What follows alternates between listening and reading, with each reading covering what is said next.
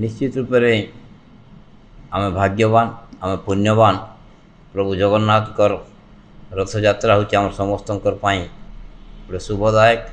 भगवान पाखे मोर प्रार्थना पवित्र दिवस रे भगवान समस्त को शांति सुख समृद्ध समस्त समृद्ध कामना करती भगवान ठाने प्रार्थना भी करुँची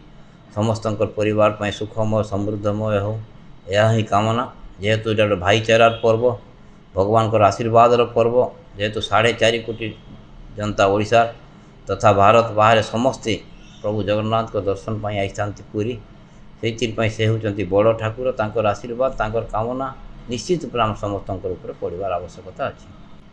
पवित्र रथयात्रा उपलक्षे भगवान जगन्नाथ पाखे मोर कोटि कोटि नमन जनाऊँगी भक्तिपूत नमस्कार जनाऊँगी प्रणाम जनाऊँगी तांकर पाखे समर्पित होची आशा रखुची से होचंती जगतर नाथ समस्त आशीर्वाद पात्र तांकर आशीर्वाद समस्त परिवार सुखमय समृद्धमय शांतिमय हो यह ही आज दिवस मोर कामना भगवान प्रार्थना।